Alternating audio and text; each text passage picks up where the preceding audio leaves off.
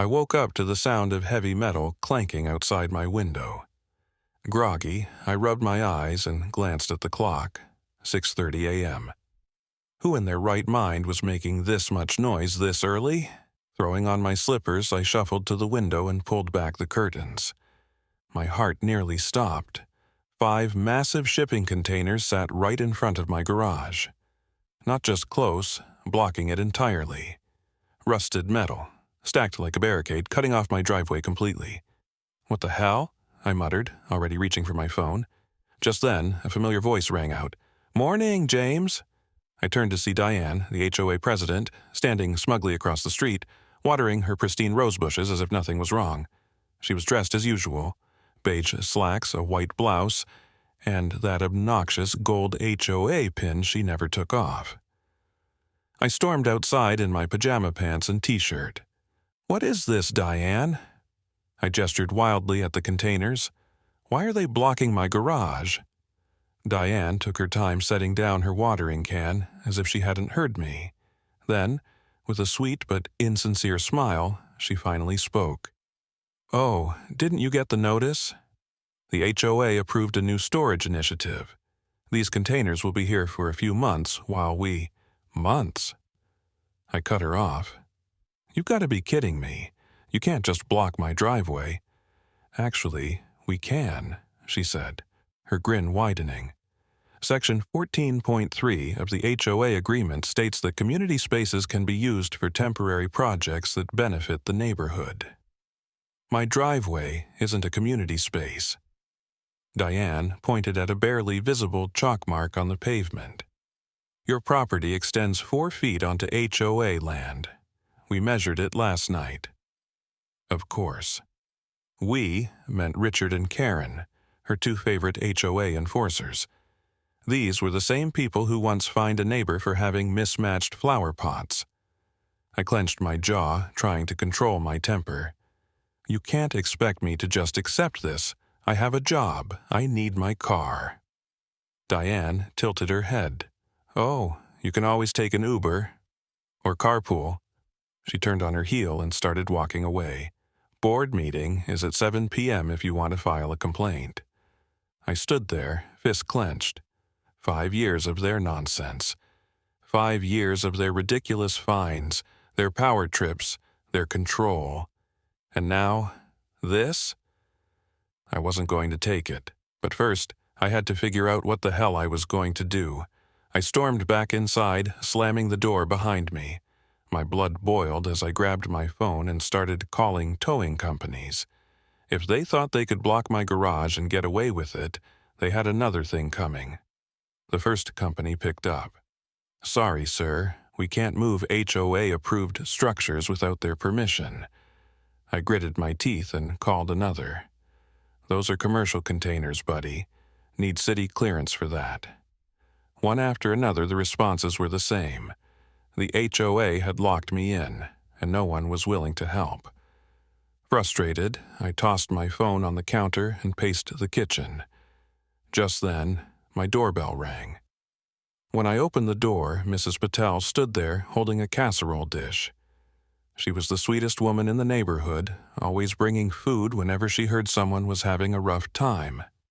"I saw what they did," she said softly, stepping inside. "It's not right." I sighed, rubbing my temples. Diane's been after me since I moved in, but this is a new level. Mrs. Patel nodded knowingly.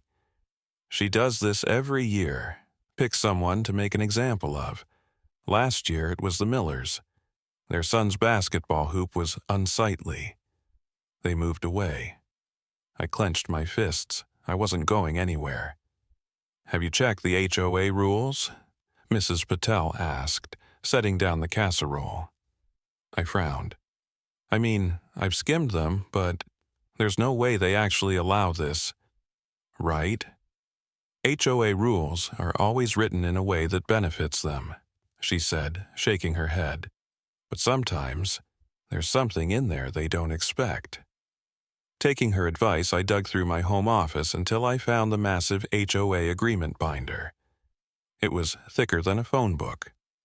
Flipping through endless pages of rules, my phone dinged with an email notification.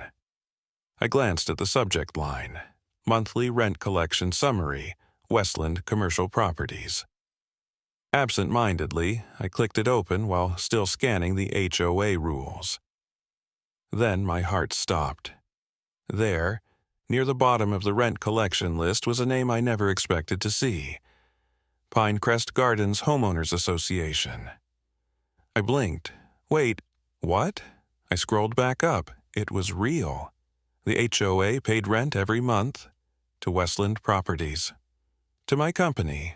A slow grin spread across my face. The HOA had no idea, but they were renting their office from me. I laughed so hard I nearly dropped my coffee. This fight wasn't over. It was just beginning. I sat there for a moment, just staring at the screen. The HOA had been harassing me for years, never realizing that I owned the very building they operated out of. The irony was almost too good to be true. I took a deep breath, my mind racing. This was my leverage. They had power over my driveway? Fine.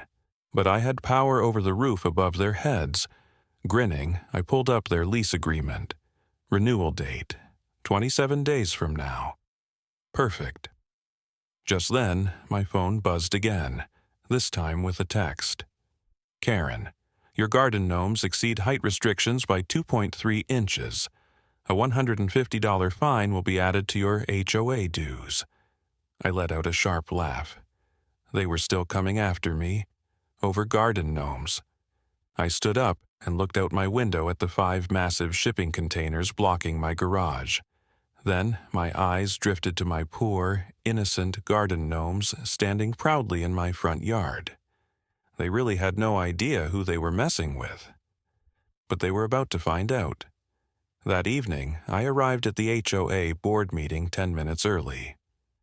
The community center was already packed, more people than usual, whispering among themselves, throwing glances my way. Word had spread. People knew about the containers. I spotted Diane, Karen, and Richard at the front table, shuffling through their paperwork like they were running a Fortune 500 company. Diane caught my eye and gave me a fake smile. "James," she said sweetly. "Glad you could make it. Have a seat in the back, please." I ignored her and walked straight to the front, standing next to their table. The murmurs in the room grew louder. Diane frowned. "You can't stand here. This is for board members.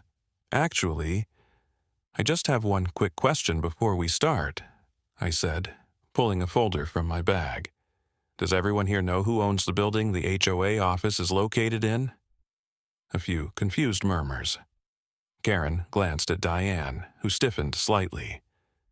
"Westland Properties is our landlord," Diane said impatiently. "Why is that relevant?"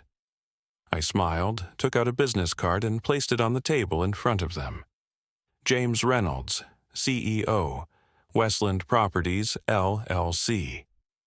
The silence that followed was glorious. Karen's hand trembled as she picked up the card.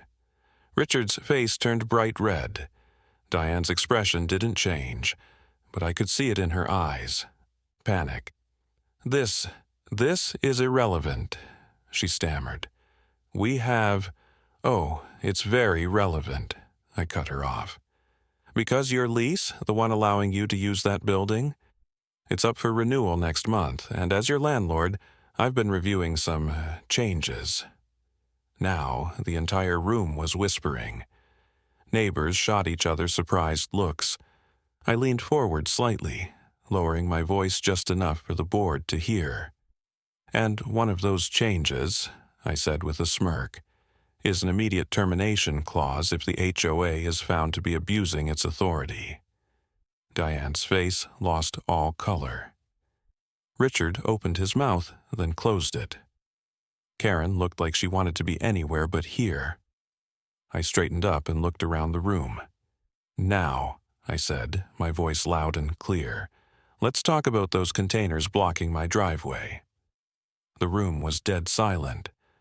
All eyes were on the HOA board, waiting for their response. For years, they had controlled this neighborhood with an iron fist, but now the power dynamic had shifted. Diane forced a smile, though I could see the strain in her expression. "Mr. Reynolds, this meeting is about community matters, not personal grievances. Blocking someone's driveway for months isn't a personal grievance," I shot back. "It's an abuse of power." Karen, still clutching my business card like it was a bomb about to explode, cleared her throat. "The containers are part of an important initiative. The community benefits from the additional funds." "Oh." I folded my arms. "And where exactly is that money going?" The room murmured. It was a simple question, but one they weren't prepared to answer. Richard quickly flipped through his papers. "It's being used for improvements, like decorative street signs, additional surveillance cameras, and landscaping projects." I turned to the crowd. "How many of you actually voted on this?" A few hands hesitantly went up. Not many. Mrs. Peterson, an elderly woman sitting in the front row, spoke up. "I don't recall any discussion about putting those containers in front of someone's house." Another neighbor, Mark, crossed his arms. "Yeah, how did you decide James's driveway was the perfect spot?" Diane cleared her throat, clearly irritated. "The board made an executive decision based on community needs." I raised an eyebrow. "So you made a decision without asking the people it affects?" More murmurs. The room was turning against them. Diane slammed her gavel. "This discussion is over." I smiled. "Actually, it's just getting started." I reached into my folder and pulled out their lease agreement. "You see, as your landlord, I've been reviewing the terms of your lease, and wouldn't you know it? There's a section about tenant conduct. It states that any actions that negatively impact the community can result in non-renewal." Diane's hands clenched the edge of the table. "You wouldn't dare." I tilted my head. "Oh, I would. In fact, I've already drafted the new lease terms. If you want to keep your office, the containers must be removed immediately, and that's just the first condition." Richard stood up, his face red. "This is blackmail." "No," I said, stepping closer. "This is accountability." Karen was frantically texting under the table, probably calling for backup. Didn't matter. I wasn't backing down. I took a deep breath and let my next words sink in. "You can either move the containers or start looking for a new office." Diane's jaw tightened. I had them cornered. The question was, how far were they willing to go to fight back? Diane's fingers drummed against the table as she glared at me. I could see the gears turning in her head, calculating her next move. She wasn't going to back down without a fight. Karen leaned over and whispered something to her, but Diane didn't acknowledge it. Instead, she looked up and put on that same fake, polished smile she always wore when she was about to manipulate someone.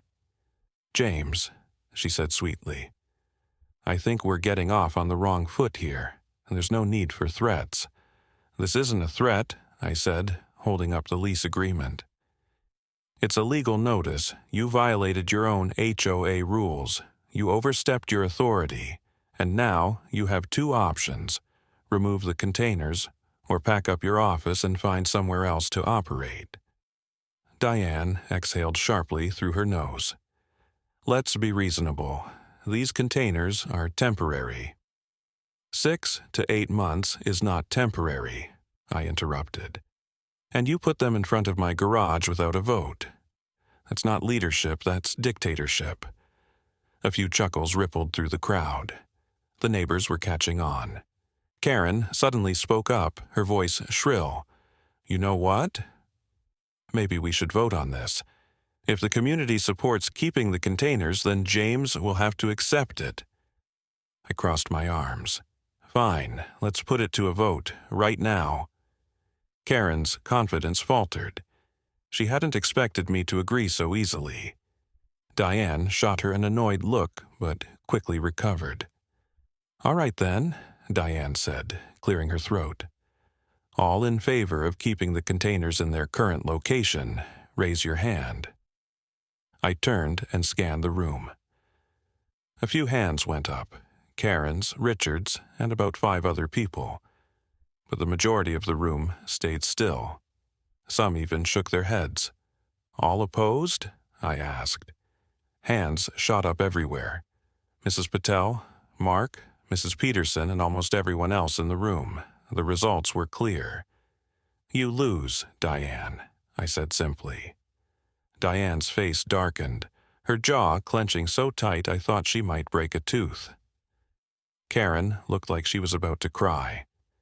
Richard fidgeted in his seat. I could feel the tension rising. They were losing control, and they knew it. But then, just when I thought I had them cornered, Diane pulled her ace. "Actually," she said, standing up and smoothing out her blouse, "this vote is invalid."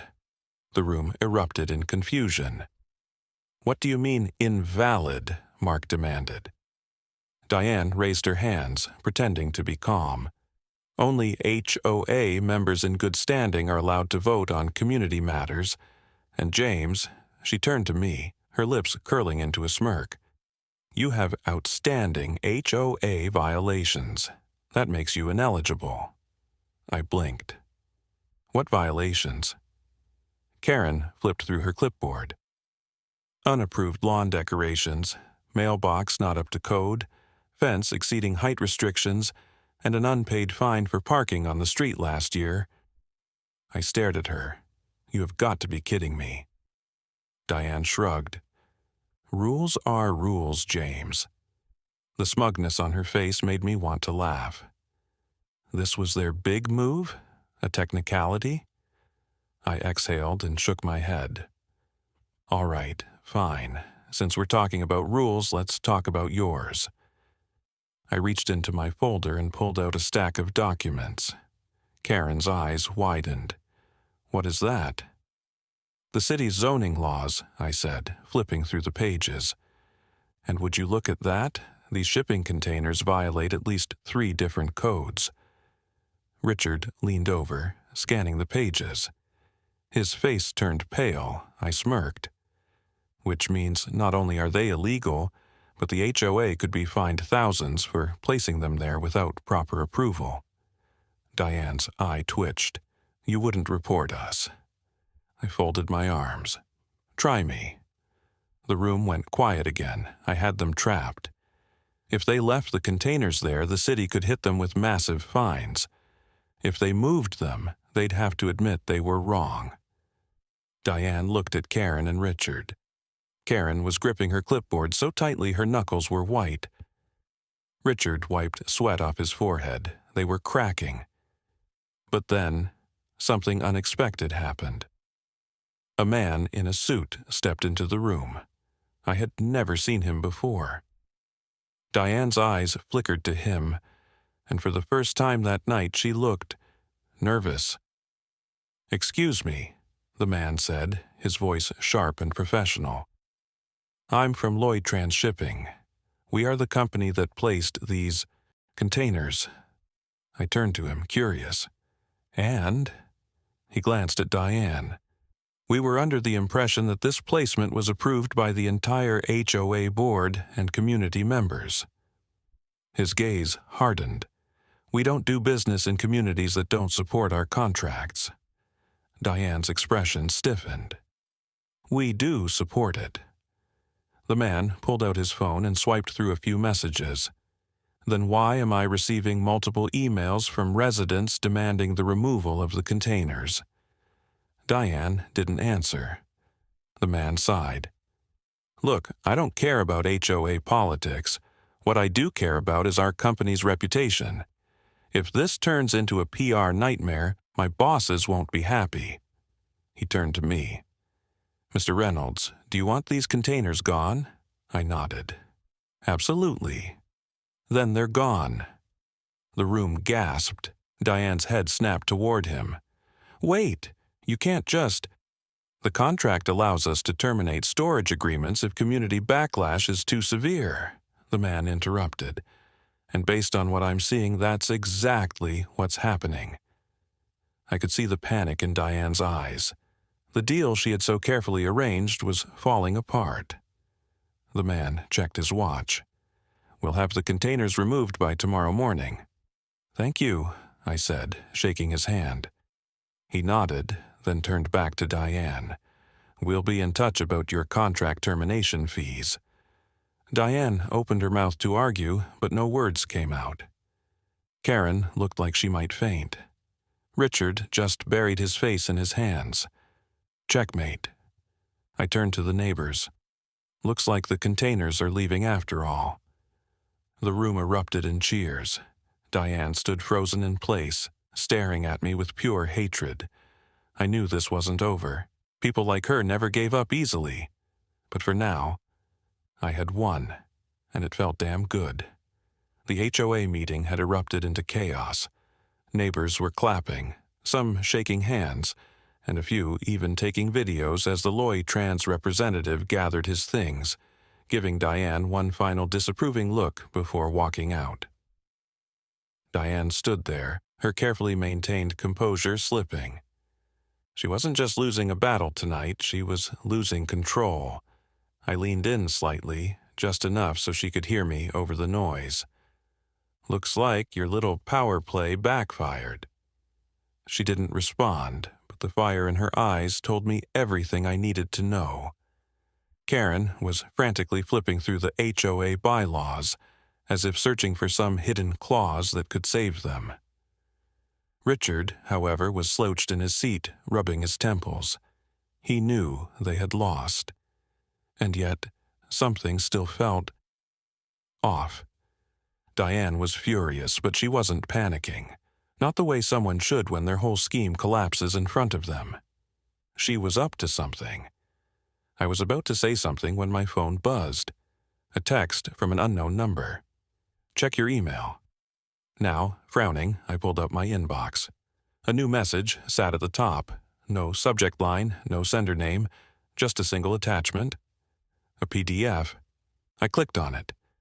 Lease violation notice. My breath caught. What the hell? I scrolled through the document. It was an official notice, from the HOA to me. They were claiming that my property itself was in violation of multiple HOA regulations, and because of that, they were now pushing to have my house foreclosed. Foreclosed. I gripped my phone tightly. These bastards were trying to play dirty. They knew they lost the container fight, so now they were shifting to something even bigger, trying to take my house. I looked up sharply, locking eyes with Diane. She wasn't smirking anymore. Instead, she looked smug. She knew I had seen it. I took a slow, deep breath. Okay, you want to play dirty? Fine, let's play. I raised my voice over the chatter. Actually, before we wrap up, I have something to share with everyone. Diane stiffened. This meeting is over. Not quite. I tapped my phone. Because I just received an email from the HOA stating that my home is now suddenly in violation of multiple regulations, and they're pushing for foreclosure. Silence. The entire room went dead quiet. Then people started whispering. Mrs. Patel gasped. They're trying to take your house? I turned the phone around, holding it up so people could see. This is how they operate. They lost the container battle, so now they're trying to go after my home. Mark stood up. That's illegal, right? They can't just take someone's house because they don't like them.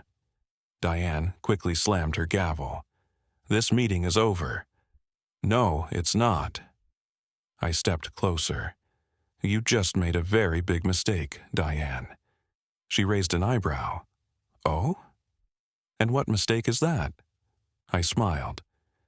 You're forgetting something important. I pulled another document from my folder. HOA board members, I read, are required to disclose all financial transactions involving HOA funds. Richard's head snapped up. Karen's fingers went white around her clipboard. I continued. And yet, I don't recall ever seeing an open financial report about the money from the shipping container deal. Or the sudden upgrades to your personal driveway, Diane. The crowd turned on her instantly. Mrs. Peterson's voice was sharp. You've been using HOA money for yourself? Diane's nostrils flared. That's ridiculous. Oh, is it? I tilted my phone so the room could see the screen. Asterisk, asterisk, because I have bank statements right here that show HOA funds being used for private maintenance. And the name attached, Diane Mercer. Boom. The HOA president's face drained of color. Richard and Karen both turned to her, stunned. Even they hadn't known. The room exploded in outrage. This is fraud, someone shouted. She's stealing from us, another neighbor yelled. Diane's fingers twitched. I could see the desperation creeping into her expression. She was losing them, and I wasn't done yet. I turned to Karen and Richard. How about you two? Want to share anything before I start digging through your financials? Karen's mouth opened and closed, like a fish gasping for air. Richard immediately started shaking his head. I didn't know about this, I swear. Didn't know, or didn't want to know, I asked. Richard looked trapped. Diane suddenly slammed her hands on the table. You all think you can just take me down? Her voice was shaking, but still sharp. I built this HOA from the ground up. I kept this neighborhood from falling apart. Without me, this place would be chaos. Someone scoffed. Yeah, chaos sounds better than fraud. Diane's chest rose and fell rapidly. I could see it the moment she realized she had lost. Completely. Her chair scraped against the floor as she stood up. This isn't over, she hissed. She turned to me. You have no idea what you've started. I kept my expression calm, but inside, my instincts were on high alert. This wasn't just some angry woman losing a power struggle. This was a woman who had just lost everything and was already planning how to take it back. She stormed out of the room, slamming the door behind her. Karen and Richard exchanged a look. Then, without a word, they followed her.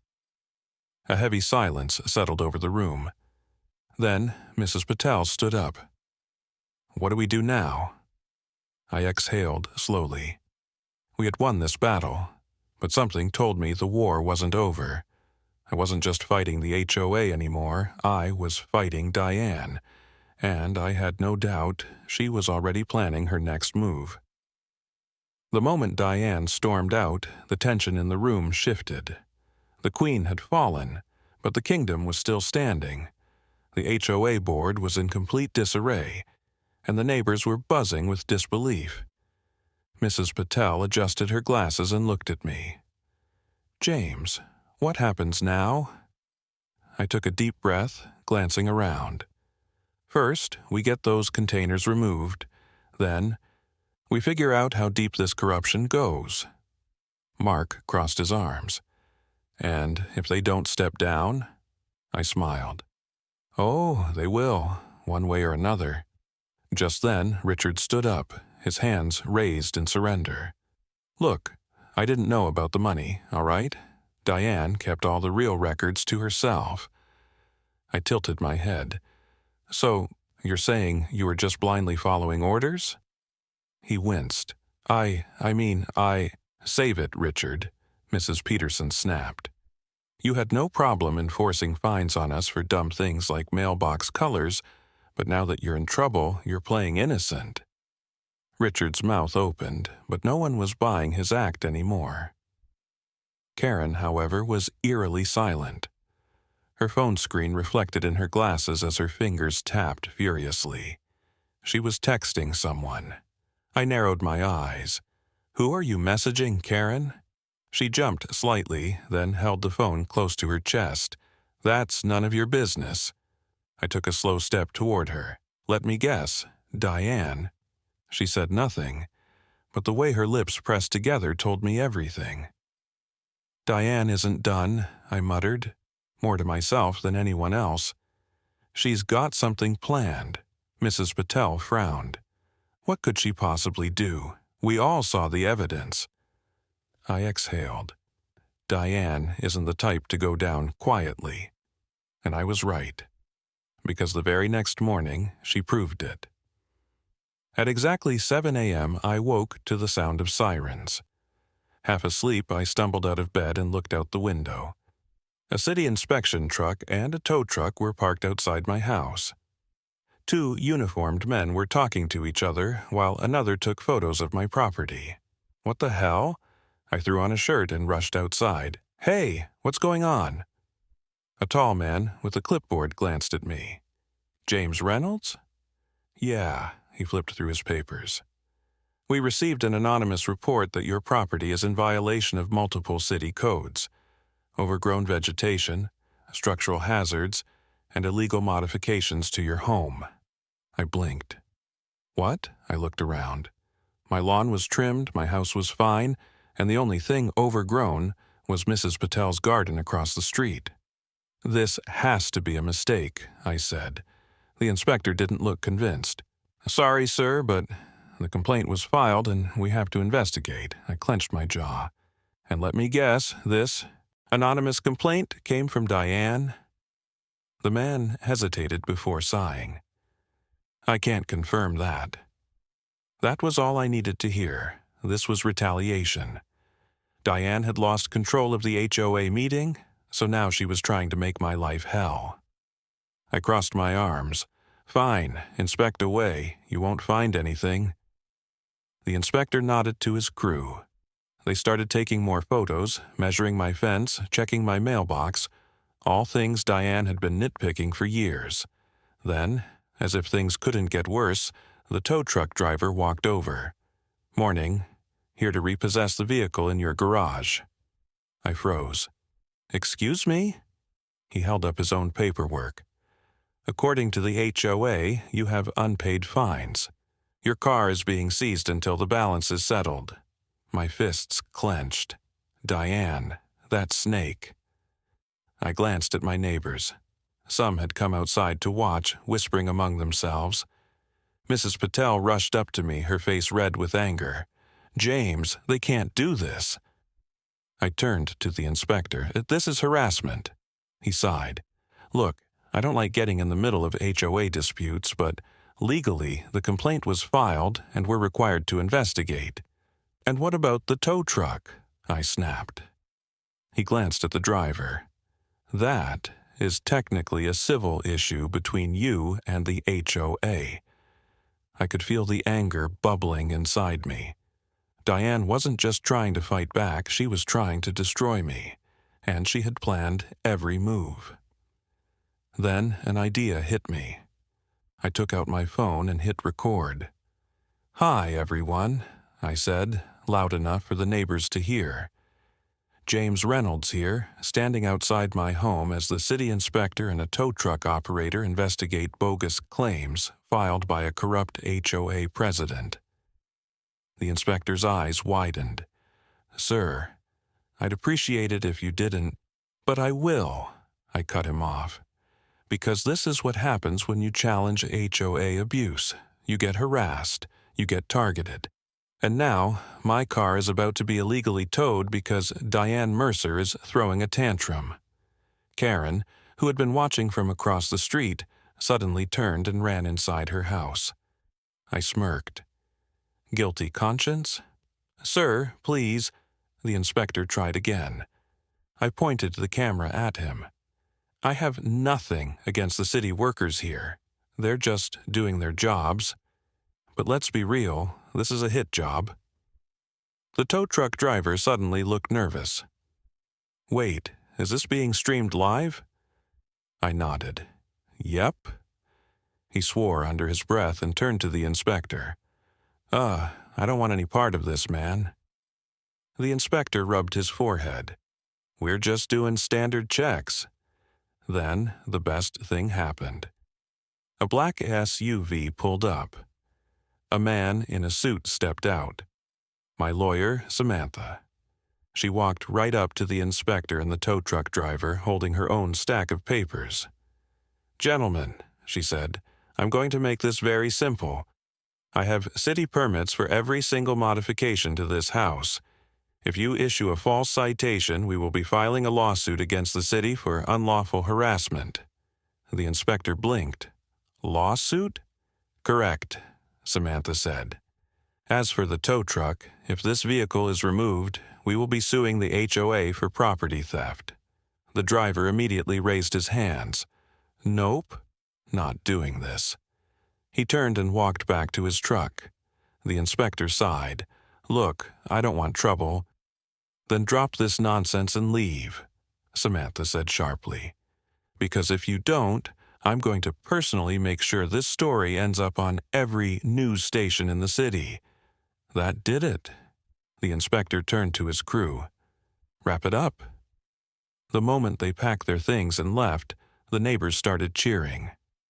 Mrs. Patel patted my shoulder. "James, that was incredible." I smirked. "Oh, we're just getting started." I turned to Samantha. "Find out every law Diane and the HOA have broken. I want to bury them." She nodded. "Already on it." I turned and looked at Diane's house. The curtains twitched. She was watching. I smiled. "Your move, Diane." The battle lines had been drawn.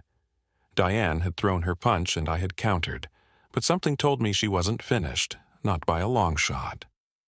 By the time the city inspectors and tow truck had left, the neighborhood was buzzing.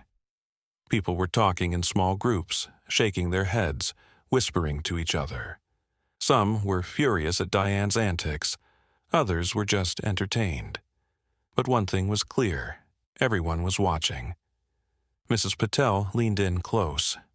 "James, I've lived here for 30 years, and I've never seen Diane this desperate." I nodded.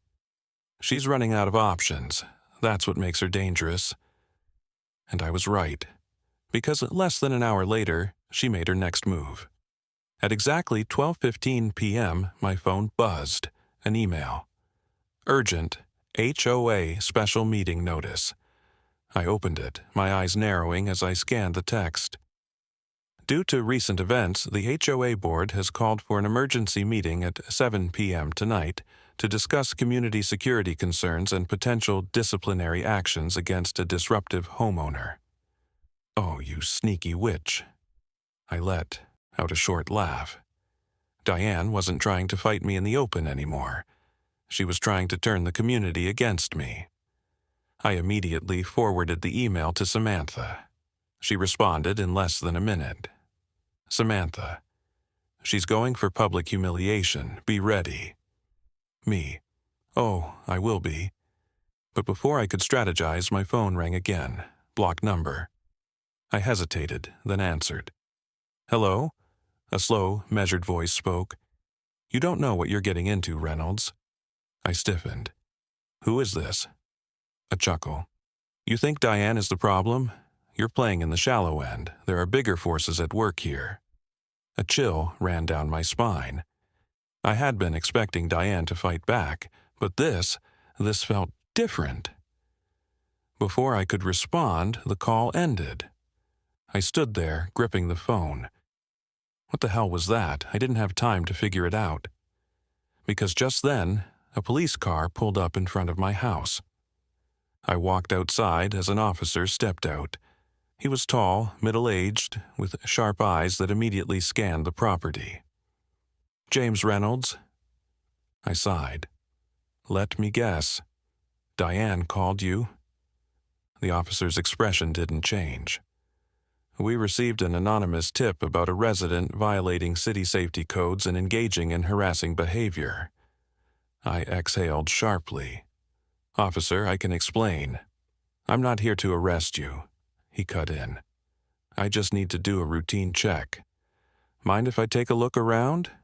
I glanced at the small crowd of neighbors now forming nearby. Some of them pulled out their phones, recording. I smirked. Perfect. "Go right ahead," I said, stepping aside. "I have nothing to hide." The officer walked around my yard, inspecting things. He glanced at my garage, then my mailbox, then my fence. Mrs. Patel walked over, arms crossed, "This is ridiculous," she muttered. "They're just trying to intimidate you." "Let them try," I whispered back. After about 10 minutes, the officer returned, flipping through his notes. "Everything looks fine. I'll be making a note in our report that there were no violations." I smiled. "Great. And while you're at it, you might want to check who keeps making these false reports. I believe that's called harassment." The officer's jaw tightened slightly. He knew I was right. "I'll make a note of it." He turned to leave, but before he got in his car, he paused. "By the way, you might want to check your back fence. Someone left something there." I frowned. "What do you mean?" He didn't answer. He just got in his car and drove off. I exchanged a glance with Mrs. Patel, then jogged around the side of my house. And when I saw what was waiting for me, my blood ran cold. Nailed to my fence was a single sheet of paper, a printed eviction notice, with one chilling message written in red ink across the top. "You can't own what doesn't belong to you." I yanked the paper off the fence, my mind racing. What the hell did that mean? I pulled out my phone and took a picture, sending it to Samantha. "Me? You seeing this?" "Samantha, where did this come from?" "Me? No idea. But something's off. Diane is sneaky, but this feels bigger." She didn't respond right away, but when she did, her message made my stomach drop. "Samantha, James, I just ran a background check on Diane's past HOA involvement. She used to work with a real estate group, one that specializes in acquiring problem properties for big investors." Me. "You're saying this isn't just about power? She's trying to get rid of me for something bigger?" Samantha. "Looks that way. And if I had to guess, she's got people backing her." People? I thought about the strange phone call, the voice warning me about bigger forces. I clenched my jaw. Diane wasn't just a power-hungry HOA president. She was working for someone. And whoever they were, they wanted me gone. But why? At 6:45 p.m., I arrived at the emergency HOA meeting. The community center was packed. More people than I had ever seen at one of these meetings. Diane had done her job well. She had stirred up enough controversy to get everyone here. Diane sat at the front table, her posture stiff and controlled. Karen and Richard sat beside her, their expressions unreadable. I walked to the front, locking eyes with Diane. She smirked. She thought she had won. I took a seat in the front row. Mrs. Patel, Mark, and a few other neighbors sat beside me. Diane tapped her gavel. "Let's begin." The room fell silent. She cleared her throat. "This meeting is to address the recent disturbances in our community, specifically the actions of one homeowner who has been causing unnecessary conflict." She didn't say my name. She didn't have to. Murmurs rippled through the crowd. Some people nodded in agreement. Others looked uncertain. Diane continued. "This homeowner has accused this board of corruption, spread misinformation, and has now resorted to harassment tactics." I kept my face neutral. Let her talk. Let her dig her own grave. "We have therefore proposed a motion to vote on whether or not this homeowner should be removed from the community." Gasps filled the room. Mrs. Patel shot up from her seat. "You can't be serious. You're trying to kick someone out of their own home?" Diane folded her hands. "It's within the HOA's rights to file for forced compliance." Forced compliance. That was HOA language for foreclosure. The room erupted into chaos. People shouting, arguing. Diane raised her hands. "Settle down. We will have an official vote, and all HOA members in good standing." I stood up. "Actually, Diane, I have something to share first." She frowned.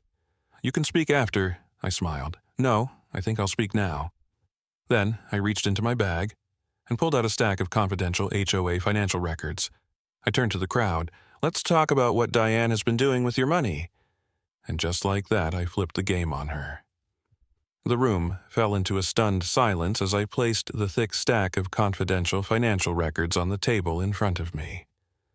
Diane's confident smirk wavered for just a fraction of a second, but I caught it. She wasn't expecting this. I flipped through the first few pages, letting the audience get a good look. These are the financial records for the HOA, obtained through some helpful sources. I glanced at Samantha in the back of the room. She gave me a small nod. Diane scoffed. That's private information. You had no right. Actually, I cut her off. HOA finances are required to be made public to all members. And yet, somehow, no one in this room has ever seen a breakdown of where their fees are really going. Murmurs spread through the room. People were paying attention now. I held up a specific page. Let's start with this transaction. $12,000 withdrawn from the HOA account for... What was the description? Oh, right, security upgrades. A neighbor in the back raised his hand. What security upgrades? I shrugged. Great question. Did anyone see any new security cameras installed? New patrols? Anything? Silence. Mrs. Peterson frowned. I thought they were planning on adding cameras near the clubhouse. Diane's expression tightened. That project was delayed. I smirked. Right, delayed. And yet, the money is gone, so where did it go? Richard shifted uncomfortably in his chair. Karen stared at the table, refusing to meet anyone's gaze. I continued, flipping to another page. Oh, here's a fun one. $7,500 for landscaping services. But I checked with the contractor listed, and guess what? They never did any work for this HOA. The crowd exploded in whispers. Now they were really listening. Diane slammed her gavel. That's enough. No, I said, my voice sharp. It's not, because we're not done. I held up the final document, an email chain. And this one? This was the kill shot. This, I said, turning toward the audience, is an email Diane sent to a real estate development firm, one that specializes in buying distressed properties in HOA-controlled communities. Gasps filled the room. Turns out, Diane wasn't just trying to control the neighborhood. I stared her down. She was trying to force people out so the HOA could sell off properties to corporate investors. The room erupted. Is that true? She's trying to sell our homes? That's illegal. Diane's mask of calm shattered. This is slander. That email is fabricated. Oh? I raised an eyebrow. Then you won't mind if we bring in the firm's regional manager, who has agreed to testify that you personally initiated the discussions. Her face drained of color. That was it, the final nail in the coffin. And then, before Diane could recover, before she could spin another lie, Mark, one of the most neutral neighbors in the community, stood up. We need a vote, he said firmly, a real one. Karen looked at Diane, panic written all over her face. Diane, do something. But Diane was frozen. She had played every dirty trick in the book, and I had countered every single one. She had lost. Mark turned to the crowd. All in favor of removing Diane from the HOA board immediately raise your hand. A wave of hands shot up. Dozens. Mrs. Patel was the first to speak. All opposed? Silence. Diane looked around, desperate. Her eyes landed on Richard. Richard, don't let them do this. But Richard just shook his head. I'm done, Diane, he muttered. You went too far. Diane's mouth opened and closed, her face twisting with rage. You cowards. I built this community. No, I said, my voice calm. You built a kingdom for yourself. And now it's falling apart. The room exploded in applause. Diane let out a furious scream, then stormed out of the building, shoving past people as she went. Karen hesitated, then scrambled after her. The empire had crumbled, and I had won. Or so I thought. The meeting ended with a new election being scheduled for the HOA board. For the first time in years, people were hopeful. Change was coming. As I stepped outside, Mrs. Patel grabbed my arm. Her face was pale. "What's wrong?" I asked. She swallowed hard. Diane was talking to someone in her car before she left.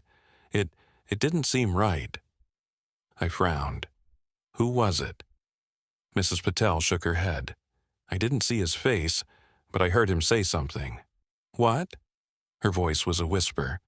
"We handle it our way now." A chill ran down my spine. I turned, scanning the parking lot. Diane's car was gone, but as I looked further, my stomach twisted. Across the street, parked just out of sight, was a black sedan.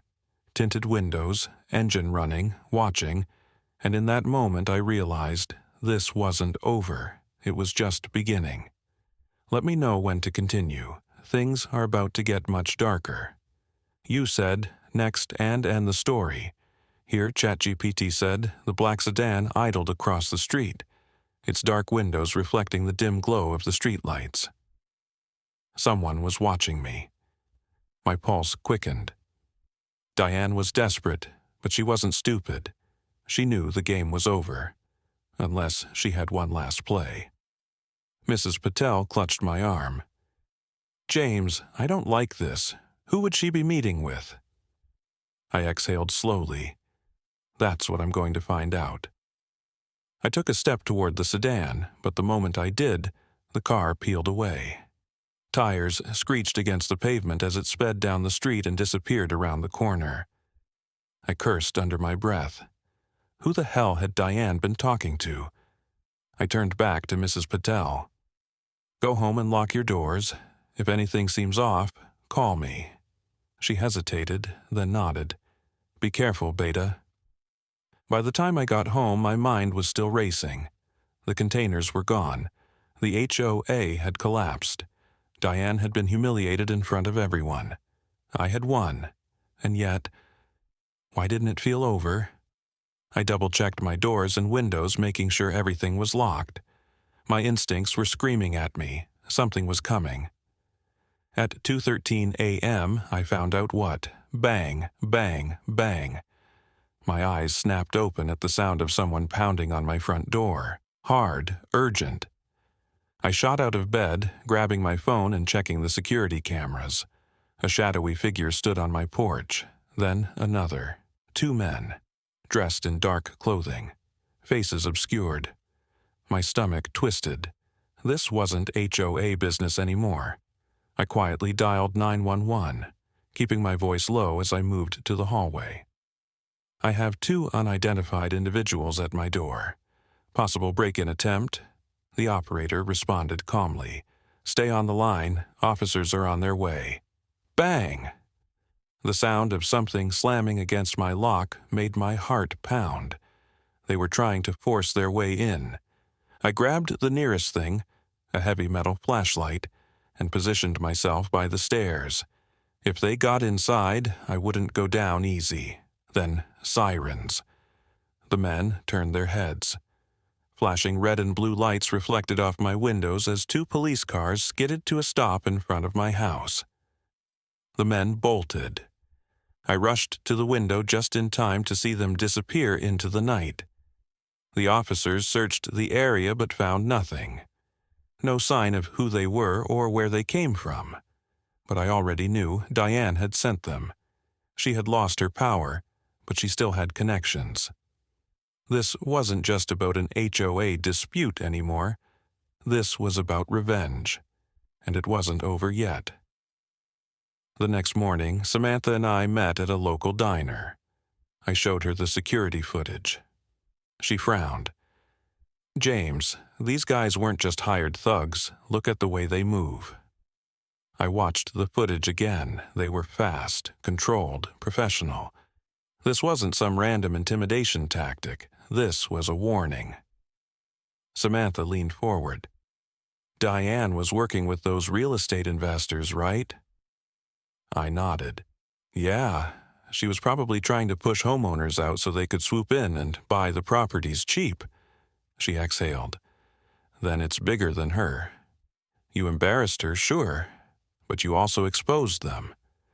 And people like that, they don't like being exposed. I ran a hand through my hair. So, what do? Go into hiding? Samantha smirked. Number you finish it. I raised an eyebrow. How? She slid a USB drive across the table. I got my hands on Diane's full financial records, bank transactions, offshore accounts, and some very interesting real estate deals. I picked it up, my pulse quickening. This is enough to bury her? Samantha grinned.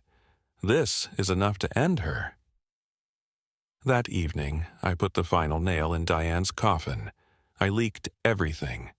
Every fraudulent transaction, every shady deal, every stolen HOA dollar. I sent it to the police, the IRS, the local news, and every single HOA member. Within hours, the headlines exploded. HOA president accused of embezzlement and fraud. Local homeowners fight back against corrupt board. And the best part? An arrest warrant was issued for Diane Mercer. I wish I could have seen her face when the cops knocked on her door. The neighborhood changed after that. A new HOA board was elected, one that actually cared about the community. The ridiculous rules were abolished, the fines were refunded, and for the first time in years, Pinecrest Gardens felt like a real neighborhood again. I stood outside my garage one evening, sipping a beer and watching kids ride their bikes down the street. Mrs. Patel walked over, smiling. So, what now? I chuckled. Now, I enjoy my damn house in peace. She laughed. You earned it. I took a sip of my drink, looking around. No more containers, no more harassment, no more Diane, and for the first time in a long time, everything was exactly as it should be. The nightmare was finally over. Moral lesson. Power is temporary, but justice is permanent. No one is untouchable. The moment people stand together and expose corruption, the oppressors will fall, no matter how powerful they think they are.